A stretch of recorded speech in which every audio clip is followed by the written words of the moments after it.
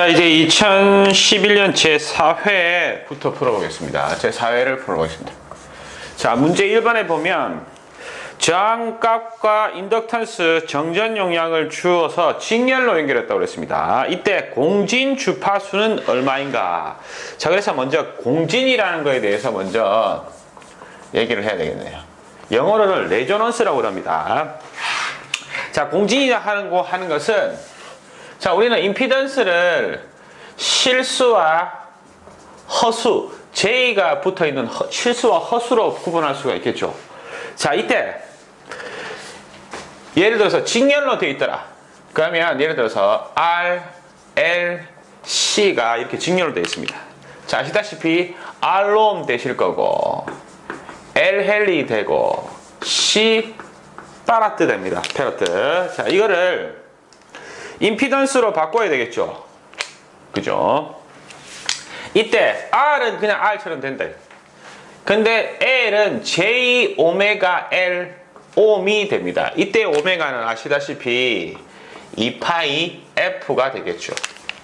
C는 어떻게 됩니까? C는 마이너스 J 오메가 C분의 1 되어져서 J가 그죠? 위로 가면 마이너스 없습니다. 마이너스 J 오메가 C분의 1 옴이 되시겠더라 이래서요.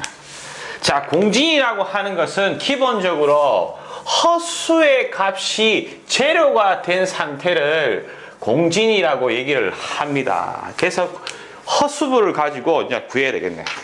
자, 금방 이러한 회로의 임피던스를 구하면 이 회로에 Z는 R 플러스 J 오메가 L 마이너스 J 오메가 C분의 1옴이 되겠죠. J로 묶으렵니다. R 더하기 J에 오메가 L 마이너스 오메가 C분의 1 이렇게 돼요. 말씀드린 대로 이 분은 실수가 되시고 이 분이 허수가 됐다. 그럼 이 값이 제로가 되면 공진이 되겠네요. 자, 허수가 제로이면 어떠한 일이 벌어지냐면 임피던스는 최소화로 작아집니다. 그렇게 되면 우리 V는 IZ에서 I는 V 나누기 Z이고 Z가 작아지니 전류는 커지죠. 그래서 이때 전류는 최대가 된다. 뭐 이런 얘기를 합니다. 그리고 금방 여기 있는 물음처럼 공진 주파수를 나타내라. 공진 주파수를 FR이라고 합니다. 이때 허수부가 제로가 된다. 오메가 L 마이너스 오메가 C분의 1이 제로라는 것에서 공진 주파수를 뽑을 겁니다. 자, 그러면 넘기면 오메가 L은 마이너스 오메가 C분의 1 오메가 넘기고 L 넘깁니다. 오메가의 제곱은 LC분의 1 양변에 루트를 씌우면 오메가는 그냥 오메가 될 것이고 전체 루트 1 루트 1은 1입니다. 그래서 얘는 1의 루트 LC 이렇게 되겠죠. 자, 오메가는 2파이 F라고 그랬죠. 루트 LC분의 1. 그래서 F는 이때 공진이기 때문에 R을 붙여줍니다. R을 붙여줍니다. 레조넌스 해서 공진 주파수는 2파이 루트 LC분의 1 헤르츠가 된다. 이 주파수이면 허수가 제로가 되어져서 임피던스가 최소화되고 전류는 최대가 된다 이런 말입니다. 자, 기본 이론을 배웠으니 풀이를 해봅시다. 자, 문제는 저항과 코일과 C가 이렇게 직렬로 되어 있더라. 저항의 값은 5ohm이라고 얘기를 했네요. 15ohm 죄송합니다. 그 다음 L은 35mH라고 그랬고 C는 300 마이크로파라드라고 그랬습니다. 그죠? 이때 공진 주파수를 구하시오. FR은 어떻게 되느냐? 자, 변형되면 다 이렇게 해서 최종적인 거는 예죠. 예. 그죠? 그래서 FR은 루트 2파이에 루트 LC분의 1이더라. 자, L의 값은 35 곱하기 밀리는 C-3성이라고 지난번에 몇 번 단위를 정리해 주었죠. 헬리. C는 300 곱하기 마이크론 C-6성이라고 했습니다. 그렇게 해서 나타내면 공진 주파수는 약 50Hz가 되시더라. 그래서 나번이 되겠네. 그죠? 자, 넘어가서 문제 2번 넘어갑니다. 자, 문제 2번은 자, 그림과 같은 회로에서 4ohm에 흐르는 전류값을 구하시오. 자, 그래서 우리는 여기서 전류 분배 법칙을 먼저 알고 계셔야 됩니다. 자, 무슨 말이냐 하면 어떠한 회로에 자, 전류 분배는 반드시 병렬 회로에서만 일어나는 겁니다. 그래서 여기 저항이 있고 여기 저항이 있더라.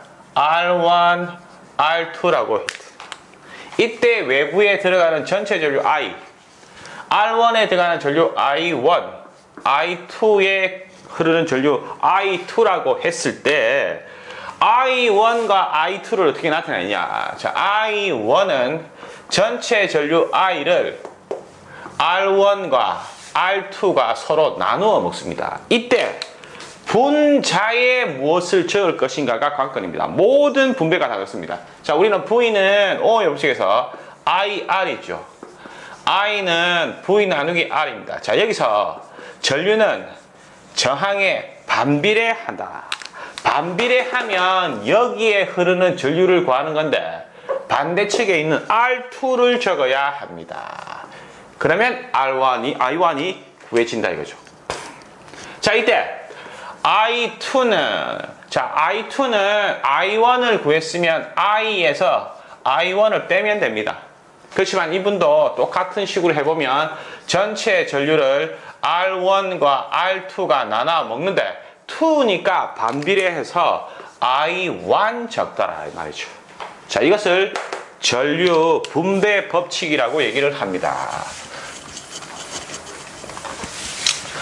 자, 그래서 요점을 했으니 문제를 풀어보겠습니다. 자, 문제의 그림은 이러한 내용이네요.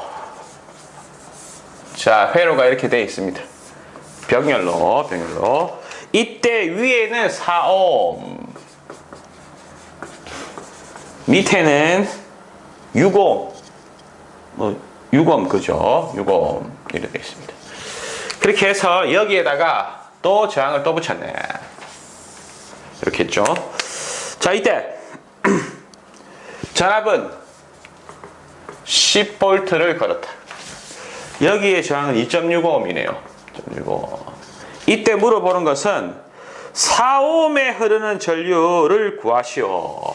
자, 여기를 I1이라고 해보렵니다.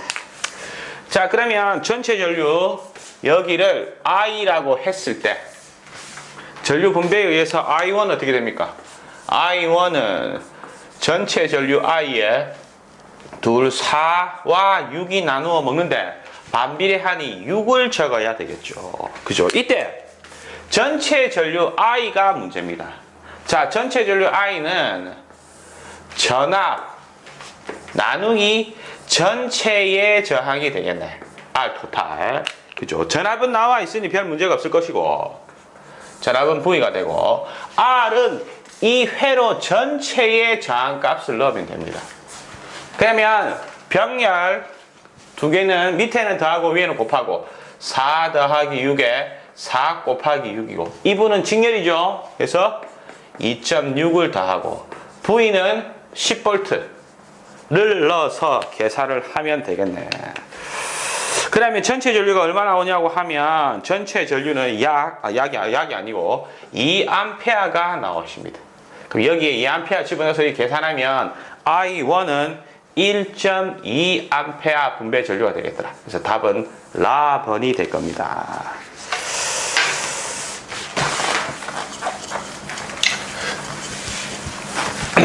자, 그 다음에 문제 3번을 보겠습니다. 하여튼 요점이 중요합니다. 계속해서 반복할 거니까 걱정하지 마시고. 자, 문제 3번. 용량을 바꿀 수 있는 콘덴서는 바꾼다는 말은 변화한다는 말이죠. 답이 가입니다. 바리콘이라고 하는 말은 베리어블 콘덴서요 이런 말이거든요. 콘덴서. 자, variable은 가변이란 말이죠. 바꿀 수 있다 이 말입니다. 그래서 답은 가가 될 겁니다. 그래서 바리콘은 바꾼다는 의미의 중요성을 가져야 되고, 나의 마일러 콘덴서 있죠. 얘는 극성이 없습니다. 무극성이라고 하는 게 얘는 중요하다. 마일러 콘덴서는. 그 다음에 다의 전해 콘덴서는 얘는 유극성입니다. 전기 분해. 이렇게 봐서 유극성이라고 하는 거. 세라믹 콘덴서도 무극성이 된다는 거. 그 정도만 기억해 주면 되겠습니다. 문제 4번 넘어갑니다.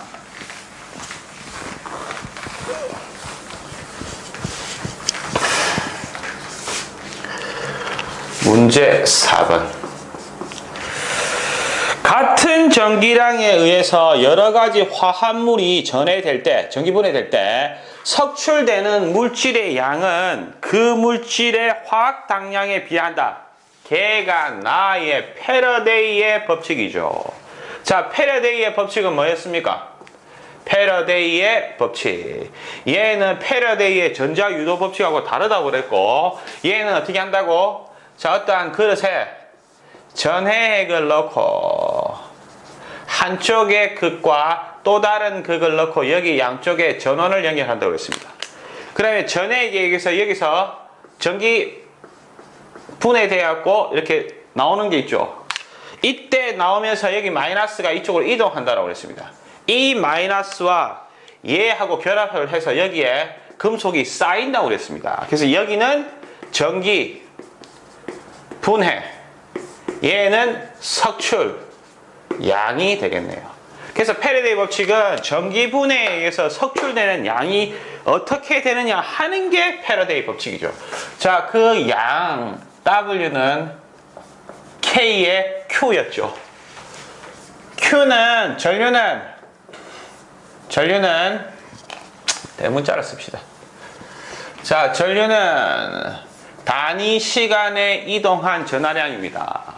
그래서 뭐 Q는 IT가 되니 K, I, T g이 되겠습니다. 얘가 석출량.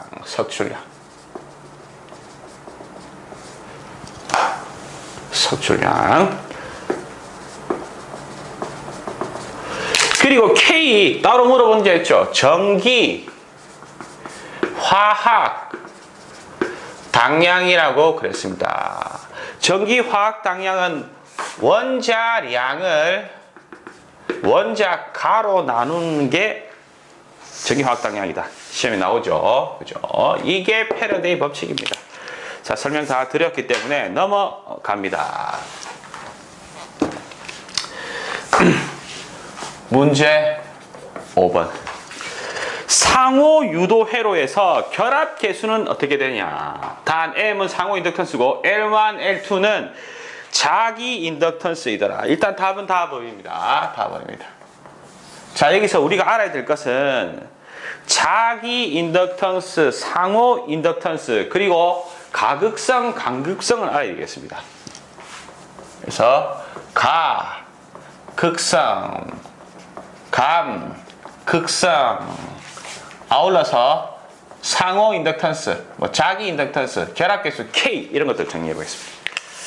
자, 기본적으로 인덕턴스라고 하는 말은 인덕턴스는 전자 유도 전압의 발생 정도를 표시하는 겁니다.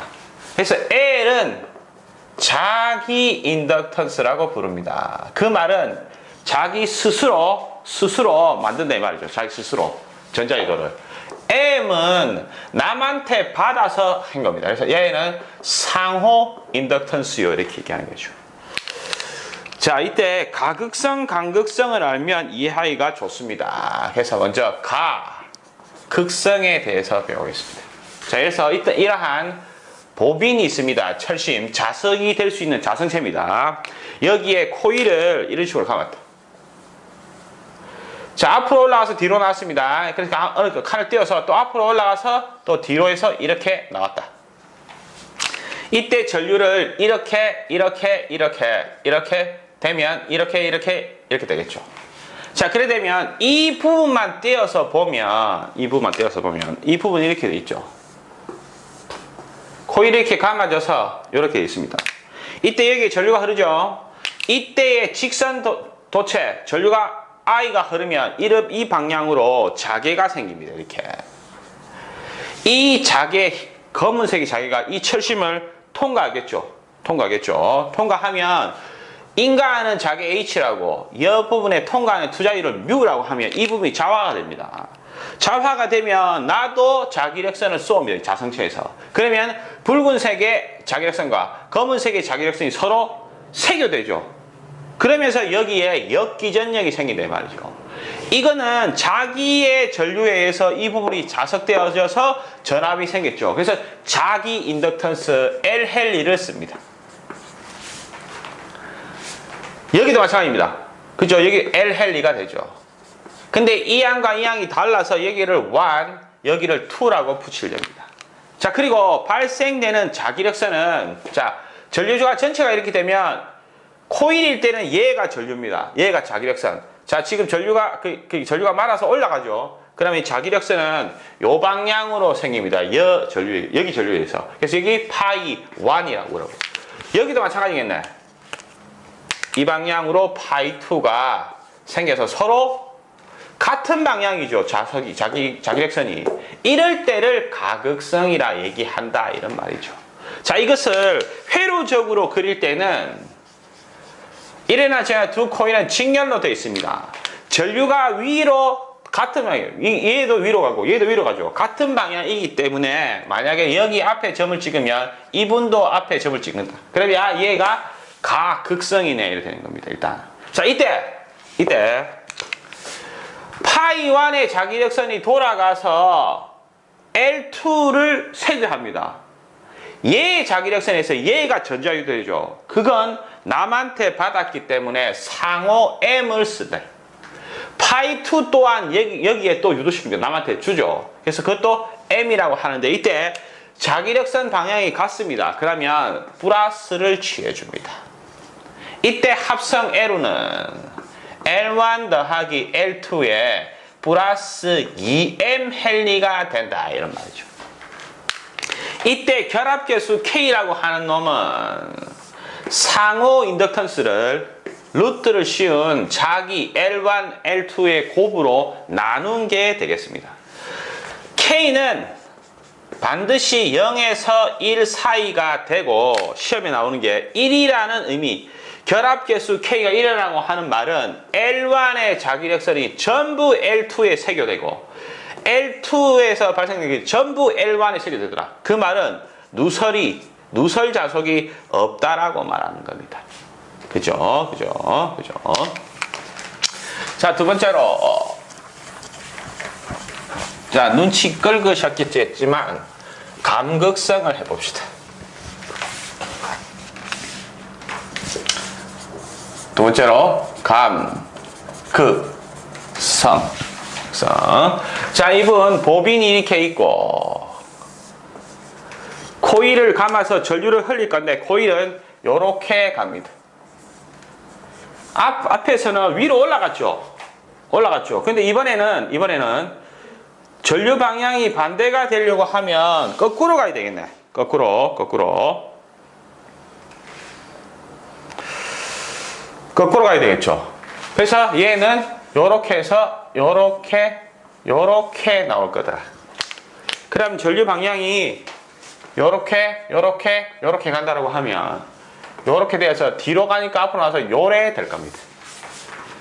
자, 그러면 여기에 자기력선은 코일일 때는 이게 전류, 요게 자개. 그러면 여기 파이는 요렇게 가겠네. 파이와 전류 방향 반대입니다. 내려오고 자기력선 파이는 이렇게 간다. 그래서 이게 파이가 이렇게 될 겁니다. 서로 자기력선이 반대지요. 그러면 줄어들 겁니다. 이거를 감극성이라 얘기를 합니다. 자, 아까 설명한 대로 여기에 L1 헬리 있을 것이고 여기에 L2 헬리 있고 파이1이 여기에 해서 M, 파이2도 넘어가서 여기에 M. 그런데 감극성이면 부호가 마이너스가 된다 이거죠. 그래서 이때 합성에는 L1 더하기 L2 빼기 2M 헨리가 됩니다. 그리고 결합계수 K는 가극성이든 간극성이든 똑같습니다. 이렇게 표시를 한다 이거죠. 그죠? 이 전체 내용을 알고 계셔야 합니다. 자, 문제를 다시 한번 볼까요? 상호 유도 회로에서 결합계수 K는 단 M과 L1, L2를 주었다. 결합계수 K는 얘죠. 얘. 그래서 답이 다번이 되더라고 하는 거. 그죠? 6번 넘어갑니다.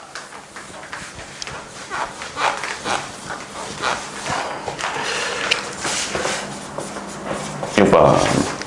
일반적으로 교류 전압계의 지시값은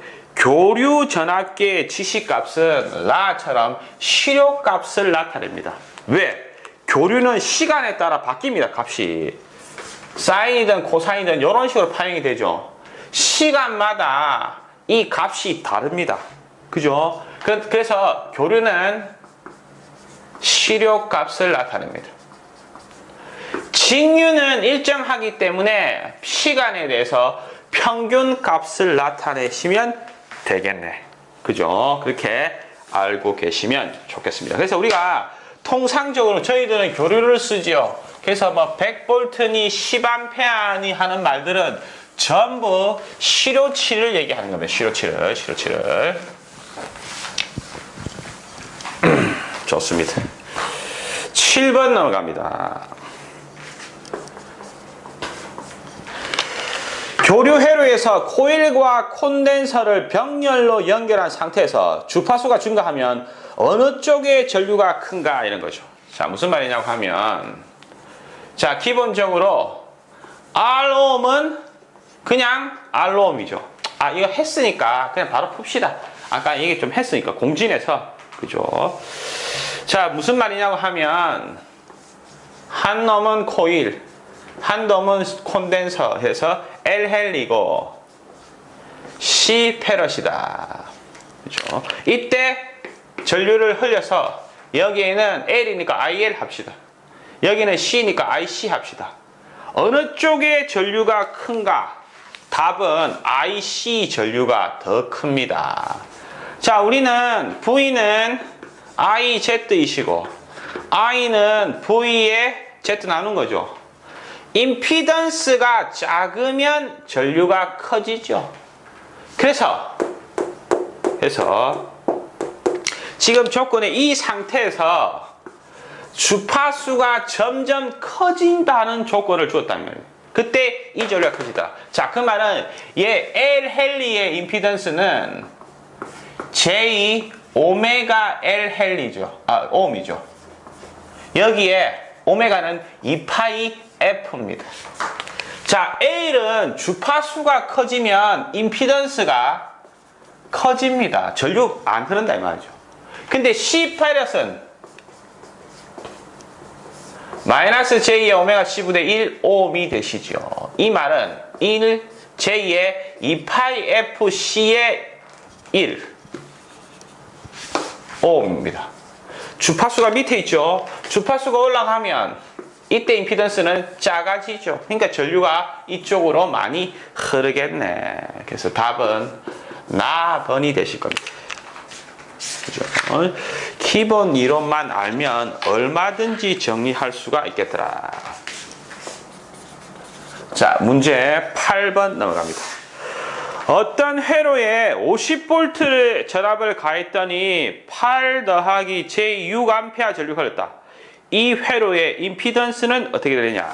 바로 풀려고 합니다. 자, 어떤 회로에 임피던스가 있는데 여기에 전압을 걸었다. 전압 50V. 전압은 50V를 걸었더니 전류는 복소수 형태로 나타내졌네요. I가 8 더하기 J6 8 더하기 J6A 전류가 흘렀다. 이때 임피던스는 어떻게 나타내노? 이런 거죠. 자, 아시다시피 오음의 법칙에서 V는 I의 Z이십니다. 그러면 Z는 V를 I로 나누어라 이 말이죠. 지금 V는 얼마입니까? 50V고 I는 복소수로 8 더하기 J 6 이렇게 됐죠. 자, 이런 식으로 하면 물론 뭐 계산기 두드리면 바로 나오겠지만 복소수 계산을 해야 됩니다. 이것을 어떻게 유리화 시킨다고 얘기를 하죠. 유리화. 그럼 이 식에 무슨 짓을 하냐면 밑에에 8-j6을 곱하고 위에 식이 같아지려면 위에도 8-j6을 곱한다 이 말입니다. 자, 그래서 곱하면 얘는 88, 64 66, 36 마이너스인데 j의 제곱은 마이너스 1이 됩니다. j의 제곱은. 그래서 j의 제곱에 마이너스 또 붙이니까 플러스가 되겠습니다. 그래서 88, 64 더하기 66, 36 해서 이 값이 100이 되겠네 일단. 그리고 여기 58, 400 빼기 j의 56, 300 그래서 100 나누어지면 4 마이너스 j 3ohm이 될 겁니다. 그죠? 이런 식으로. 그래서 답은이 되겠습니다. 9번 들어가 봅시다.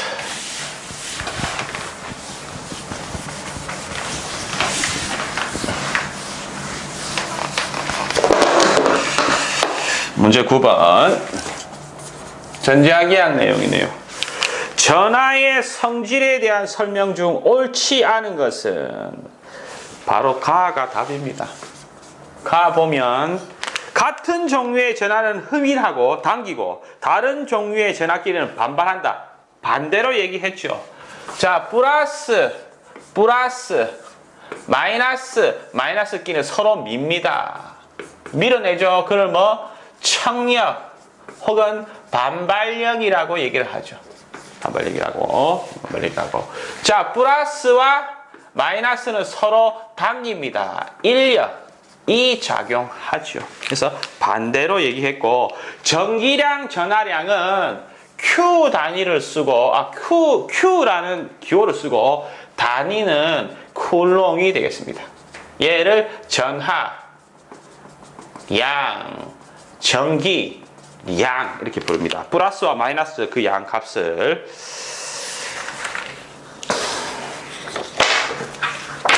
자, 문제 10번 넘어가 보겠습니다.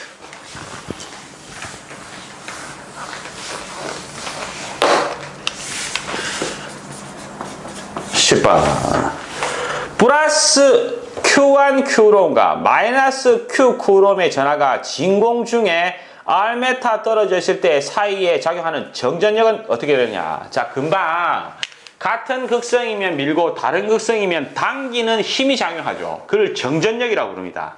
그 힘을 쿨롱의 힘이다 이렇게 얘기하죠. 그래서 지금 우리는 이것을 계산해 보려고 쿨롱의 힘 여기에 대해서 전개의 색인 E 그리고 둘 사이의 관계 이런 것들을 알아보려고 합니다.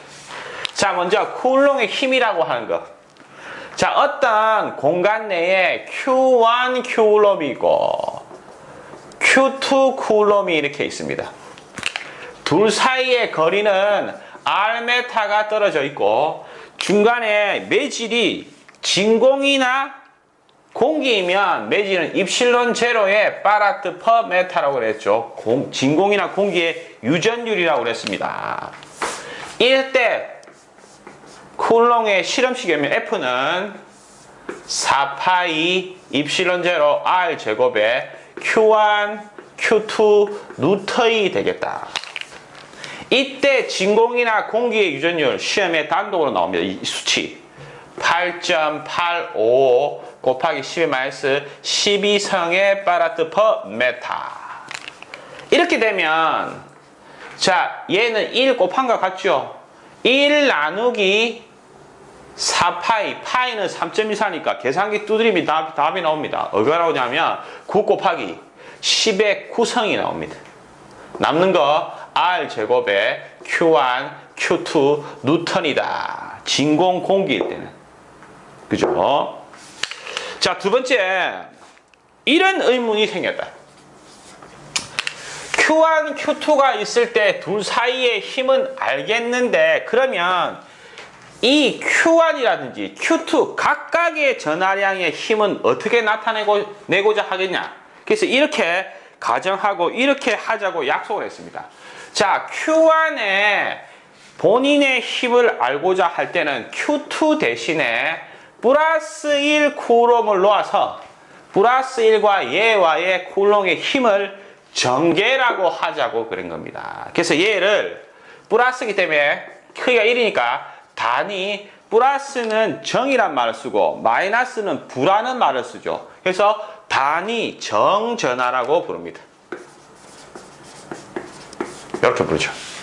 자, 이 둘 사이의 쿨롱의 힘을 전개의 세기라고 부르자 이렇게 될 겁니다. 그래서 이 식에서 Q2 대신에 플러스 1, 그죠? 1은 없는 거나 마찬가지죠. 그래서 E는, 전개의 세기는 4파이 입실론 제로 R 제곱에 그냥 Q 볼트 퍼 메타 하시면 됩니다. 전개의 세기 단위는 볼트 퍼 메타입니다. 자, 그럼 여기서 우리는 이런 걸 알 수 있대. 자, 이번에 전개의 식에다가 어떠한 Q를 곱해주면 이 식과 같네요. 4파이 입실론 제로 R 제곱 같고 Q1, Q2 그죠? 이게 F가 됩니다. 그래서 어떠한 E에다가 Q를 곱해주면 바로 힘이 나온다 이거죠. 그래서 F는 QE라고 외워두시면 좋을 듯 합니다. 그죠? 자, 이런 내용을 알고. 아, 참, 그리고 지금은 진공 공기일 때 이렇게 쿨롱 힘을 이렇게 썼죠. 자, 진공 공기가 아니고 일반 물질의 유전체더라. 자, 그러면 이게 일반 물질의 유전율입니다. 일반 물질의 유전율. 유전율이라고 하는 말은 전하를 유도하는 비율을 말하는 거죠. 자, 이때 일반 물질의 유전율은 항상 진공이나 공기의 배수로서 표현합니다. 몇 배고 이렇게 하는 거죠. 이때 이 배수를 비유전율이라고 합니다. 비교한 유전율, 비유전율. 어떤 유전율과 진공 공기의 유전율과 비교해서 얘를 입실론 S 또는 어떤 책에서는 입실론 R이라는 기호를 쓴다 이거죠. 그래서 일반 물질이면 문제의 일반 물질일 때 이 유전율 자체를 줄 수도 있지만 이렇게 주는 것보다는 비유전율을 줍니다. 비유전율이 3이다 이래 했으면 얘는 3만 넣으면 되는 게 아니고 얘가 3이기 때문에 일반 유전율로 바꿔야 되는데 일반 유전율은 입실론 제로에 입실론 S로 해야 되는 말이죠. 자, 그래서 만약에 이 F가 진공이나 공기가 아닌 일반 유전율이면 4파이 입실론 제로가 아닌 입실론 해야 된단 말이죠.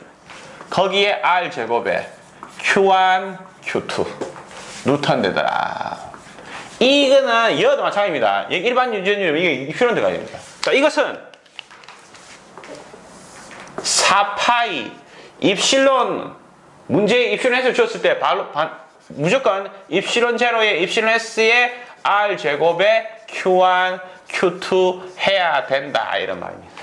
비유전율만 주면 반드시 비유전율만 넣으면 안 되고 공기나 진공의 유전도 같이 곱해줘야 됩니다. 그죠? 그래서 이분은 자, 우리 이거 안다고 그랬죠? 1 나누기 4파 입실론 제로.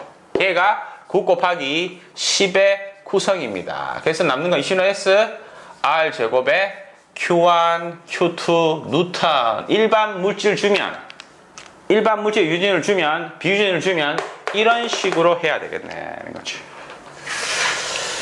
자, 그래서 10번 문제 다시 보면 플러스 Q1과 마이너스 Q1의 전하가 진공 중에 Rm 떨어져 있을 때 이들 사이에 작용하는 정전력, 쿨롱의 힘은 이해될 겁니다. 진공이라고 그랬기 때문에. 그죠? 그래서 답이 4번이 되겠습니다.